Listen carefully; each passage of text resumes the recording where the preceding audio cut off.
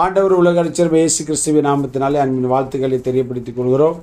இந்த 7வது மாதம் 13ஆம் தேதி சனிக்கிழமை காலை பொழுதிலே அனுதின கண்மலைத்த நிகழ்ச்சியின் வாயில் உங்களை சந்திப்பதில் கற்றுக்கொள்ள மகிழ்ச்சியை ஒவ்வொருவரையும் ஆசீர்வதிப்பாராக.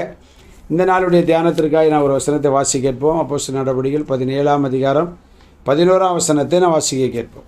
அந்த பட்டணத்தார் மனோவாஞ்சையை வசனத்தை ஏற்றுக்கொண்டு காரியங்கள் இப்படி இருக்கிறதா என்று தினந்தோறும் வேத வாக்கியங்களை ஆராய்ந்து பார்த்ததினால் தெசலோனிக்கையில் உள்ளவர்களை பார்க்கலும் நற்குணசாலிகளாய் இருந்தார்கள். கர்த்தருடைய நாம் மகிமைப்பட நம்முடைய ஆண்டவர் நற்குணசாலிகளாய் மாற்றுகிறவர். நீங்கள் எந்த குணத்தில் இருந்து நீங்கள் இதை கேட்டுக்கிட்டு இருந்தாலும் இன்று முதல் ஆண்டவர் உங்களை நல்ல குணசாலியாய் மாற்றி அழகு பார்க்கிற தேவன். அல்லேலூயா. நம்ம குணத்தையே இந்த தேவன் மாற்றிடுவார். நம்முடைய குணத்தையே அவருடைய வசனம் மாற்றிடும். ஸ்தோத்திரம். எவ்வளவு மோசமான ஆளையும் நற்குணசாலியாய் மாற்றுவதற்கு வல்லமையுடைய ஒரே தெய்வம் ஆண்டவர் இயேசு மாத்திரம். எந்த மனுஷனையும் நற்குணசாலியாக மாற்றிடுவார். வேத புஸ்தகம் ஃபுல்லாக பாருங்களேன். என் உலக வாழ்க்கையிலே நம்ம நிறைய பேரை பார்த்துருக்குறோம் இல்லையா? குடிகாரனை பார்த்துருக்குறோம், பாவம் செய்கிறவனை பார்த்துருக்கோம், நிறைய பேர் ஊழிய பாதையில் நிறைய பேரை பார்த்துருக்கோம். பெரிய அயோக்கியனாக இருப்பான். ஆண்டவரை தொட்டுட்டார் வைங்களாம், பச்சை புள்ளையாக மாற்றி பெரிய மொட்டா குடிகாரனாக இருப்பான். சோத்திரம். எப்படி தான் கர்த்தர் பார்த்து அவருடைய ஆசீர்வாதமும் அவருடைய வசனத்தின் வல்லமையும் எந்த மனிதனையும் இந்த பிறையப்பட்ட வசனத்தை வாஸ்து நல்ல குணசாலிகள். இந்த வசனத்துக்கு அப்படிப்பட்ட ஒரு வல்லமை இருக்குது.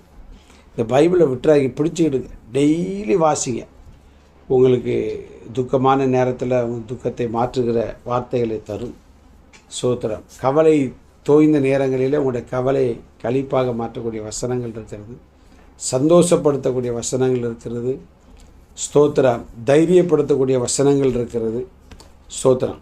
அது மட்டும் இல்லை, இந்த வசனம் ஒருவனுக்குள்ளே போகும்போது நல்ல குணசாலியை அதைத்தான் வேதத்தில் வாசிக்கிறோம். பாவியான ஒரு ஸ்திரீ அவளை பார்க்க வந்தாப்படி. லூக்கா 7ஆம் அதிகாரத்தில் வாசிக்கிறோம். 37ஆம் வசனத்தை வாசி கேட்போம். அப்பொழுது அந்த ஊரில் இருந்த பாவியாகிய ஒரு ஸ்திரீ, ஊருக்கே தெரியுது அவள் பாவின்ட்டு, அவர் பரிசேயன் வீட்டிலே பந்து இருக்கிறதை அறிந்து ஒரு பரணியில் பரிமள தைலம் கொண்டு வந்து அவருடைய பாதங்களின் அருகே பின்னால் அழுது கொண்டு. அதே இதில் 49ஆம் வசனத்தை வாசித்து பாருங்க.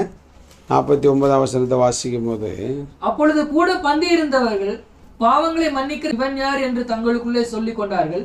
அவர் ஸ்திரீயை நோக்கி, உன் விசுவாசம் உன்னை ரட்சித்தது, சமாதானத்தோட போய். பார்த்தீங்களா அவள் எப்படி வந்தா எப்படி போறா பாருங்க. பாவியா வந்தா பரிசுத்தவட்டியா போறா.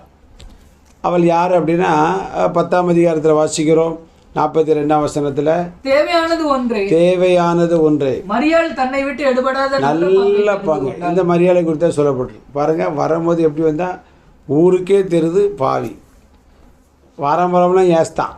ஆனால் அவள் ஆண்டவர் சமூகத்தில் தேவனுடைய வார்த்தையினால் தொடப்பட்ட போது அவள் நல்ல குணசாலியாய் மாறி குடும்பத்தையே ஆண்டவர்களை கொண்டு தன்னை விட்டு எடுபடாத நல்ல பங்காகிய இயேசுவை அவள் என்ன செய்த தெரிந்து கொண்டதை பார்க்கும். அருமையான தேவனுடைய பிள்ளைகளே, உங்களுடைய வாழ்க்கையில் ஆண்டவர் உங்களை நல்ல குணசாலிகளாக மாற்றும். என்கிட்ட இருக்கிற கோபம் போக மாட்டேங்குது பாஸ்டர், என்கிட்ட இருக்கக்கூடியதான சில கெட்ட ஸ்பாவங்கள் போக மாட்டுக்கு, எரிஞ்சு விழுதேன் அல்லது ஆற்றி சடார்னு எனக்கு வந்துடுது. எந்த நிலைமையில் நீங்கள் இருந்தால் சரி, இந்த பைபிளை பிடிச்சிக்கிடுங்க.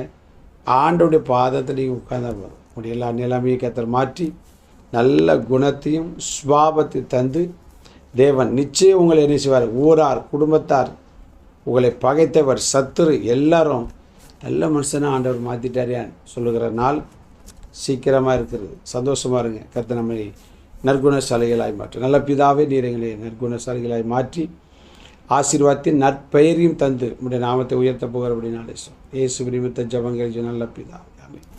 God bless you. நாளை காலை ஞாயிறு ஆராதனை கலந்து கொள்ளுங்கள். நாளை மறுதினம் கண்மலை தெரிய சந்திக்க வரைக்கும் தேவ கிருபை நம்மை தாங்கி நடத்துவதாக.